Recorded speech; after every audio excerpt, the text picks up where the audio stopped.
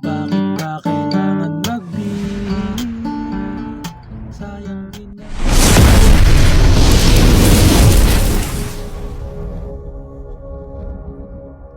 Hello mga ka-idol! So ngayon meron na naman akong ituturo sa inyong napakagandang kanta. Ang title pala nitong kantang ituturo ko ngayon sa inyo ay yung Gitara by Parokya ni Edgar. So napakaganda ng kanta na to mga ka-idol. May ano nga lang siya, no? Yung parang plucking version. Pero syempre, papadaliin natin at papalinawin pa natin yung tutorial para matugtog nyo talaga siya, no? So dito muna tayo sa kanyang verse. So dito mga ka-idol, itong verse niya, ito na pala yung pang whole verse niya mga ka-idol, nakalimutan ko. So ganito yung tunog niya, ipaparinig ko muna sa inyo kung paano siya. So ganito siya. Ganon. So kung mapapansin niyo dyan mga ka-idol, yung mga chords is merong mga number, tas may mga open close parenthesis, okay? So yung number na may open close parenthesis mga ka-idol, ibig sabihin yan, sabay nyong kakalabitin, okay? Sabay nyong kakalabitin. So yung bilang muna ng string natin is ganito, 6, 5, 4, 3, 2, 1, okay? So ganon. Baka malito kasi kayo. So dito muna tayo sa kanyang G. Okay, sa G, so yung G first string, second string, ayan. Tapos third string, okay? Third string, ipitin nyo yan sa second fret, third string, ayan. Tapos dito 6 string sa third fret, okay? Bali, ganyan yung magiging itsura ng G natin, okay? Tapos yung nakalagay dyan na number, 6-3 na may open close parenthesis, okay? Meaning, sabay yung 6 tsaka 3, okay? Sabay. Tapos meron 3 na P, ibig sabihin yan, pull up, okay? Ipo-pull up nyo yung 3. Ito, 3, okay? Itong sa second fret na 3, third string, okay? Ipo-pull up nyo, ganun siya. Ganon. Tapos merong 3 ulit. Uulitin nyo muna, okay? Diba? 2 times yung gagawin yan. Tapos, tap. Tapos isa pa, hammer naman. Ganon, okay? Ulitin ko sa G. Tapos tap. Tapos isa pa, hahammer nyo naman. Ganon. Okay? So ulitin ko, last. Dahan-dahanin ko lang. Isa pa. Ganon siya sa G. Okay? So sana naintindihan niya. So dito naman tayo ngayon sa D over F sharp. So yung D over F sharp is ganyan. So yung D over F sharp, nandito lang to halos sa kanta na to. Mawawala lang to doon sa kanyang pre-chorus. Okay? So yung D over F sharp natin is sa third string to. Third string sa second fret. Ayan, ayan.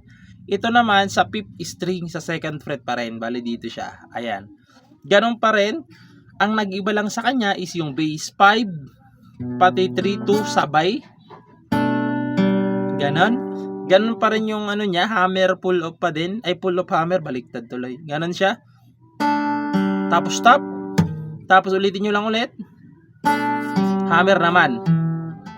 Ulitin ko. 5, 3, 2 sabay. Tapos pull up. Tapos tap. Tapos isa pa. Hammer naman. Ganon siya. Okay? Ulitin ko. Ganito siya. Dahan-dahan lang. Tapos isa pa. Ganon. Okay? So sana nagigits nyo na. Dito naman tayo sa kanyang C add 9. So yung C add 9, nandito pa rin siya. Dito pa rin to sa third string. Sa second fret. Okay? Ganon siya. Ito naman dito sa fifth fret. Okay? Ganon. Yan yung C add 9 na yung itsura natin. Okay? So yung dyan naman sa C add 9 is same lang sila. 5, 3, 2 sabay pa rin.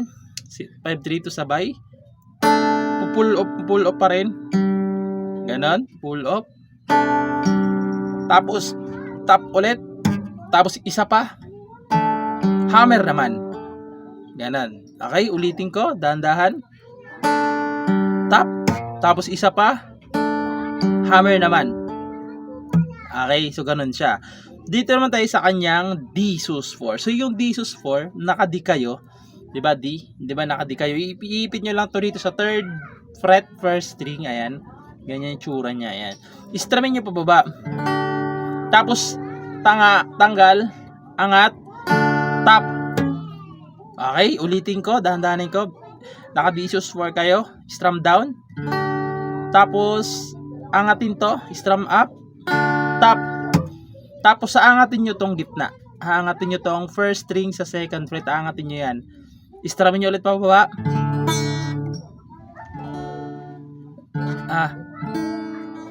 Ganon. Ulitin ko. Aangatin nyo to. Tapos strum down, ibabalik nyo, strumin nyo pataas, ibabalik nyo na yan. Ganon. Ulitin ko rito, parang malilito ako. So, ganito siya. Tapos, angat. Tap. Tapos, open to. Tapos, balik nyo to. Ganon. Okay, ulitin ko. Strum down. Angat.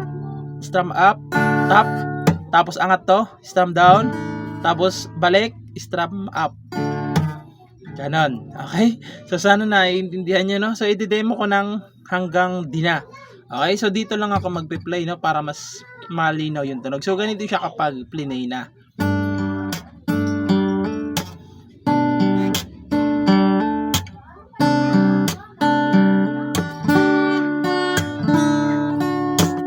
Okay? So, ganun na siya. Okay? So, sasampulan ko naman ng kanta para at least alam niyo yung pasukan ng kanta. Sa intro pala mga ka-idol, 2 beses nyo muna siyang gagawin. Okay? Sa intro. So, ganito siya kapag may kanta. So, lalagyan natin ng kanta pero maikli lang para hindi tayo makapiright na. So, ganito naman siya kapag may kanta. Bakit ba kailangan magbihis? Sayang din naman ang forma. Isa pa. Lagi sisingin sa tuwing tayong magkasama. Tapos paulit-ulit lang muna. Bakit pa kailangan? Kasi baka makapira tayo pag kinantahan pa ulit natin ng medyo mahaba-haba. Okay? So proceed na lang tayo dito kagad sa kanyang pre-chorus doon sa pagbibigyan na lang. So doon na sa kanyang pre-chorus. Okay? So proceed naman tayo doon sa kanyang pre-chorus. So, yung pre-chorus niya rito mga ka-idol is A minor 7. So, yung A minor 7, second string, ayan. Tapos, fourth string, ipitin nyo. Yan yung A minor 7. Tapos D. Tapos G. Kung makikita nyo dyan mga ka-idol, yung G tsaka D merong open close parenthesis. Okay? So, ipapaliwanag ko kung paano mamaya dyan istrumin kasi nag-iba. Tapos, E minor. So, yung chords na yan, 2 times nyo munang gagawin. Pag nagawa nyo ng 2 times, pupunta kayo ng A minor 7 ulit. Tapos, D. Okay? So, ganun, yan yung sa kanya pre-chorus. Ipapaliwanag ko sa inyo dito muna sa A minor 7. So, sa A minor 7 mga ka-idol is strum down pababa muna. Ganon, strum down pababa. Ganon, strum down pababa, tapos sabay angat. Okay? Ganon siya. Okay? Ganon, sana maintindihan nyo. Tapos pupunta kayo ng D. Ganon din, pero i-hammer nyo na. Hammer nyo na to. Hammer nyo na sa 3rd fret first string. Okay, hammer nyo na siya. Ganon. Dito naman sa G is ganito lang yung mangyayari sa G. Bass, ibibase nyo lang yung 6 string sa G na may open close parenthesis na andyan naman. Tapos lipat agad sa D. Sa D naman ganito lang. Hammer nyo lang siya. Parang ganon. Ganon siya. Ulitin ko sa G na may open close parenthesis. Bass lang. Strum pataas. Tapos lipat agad sa D. Pull hammer. Ganon, hammer. Tapos bigla kayo mag-E minor. So sa E minor, i-bass nyo muna. Okay, i-bass muna. Tapos 3, 2, 1. Okay, sa E minor, bass. 3, 2, 1. Ulitin ko sa hanggang sa A minor 7.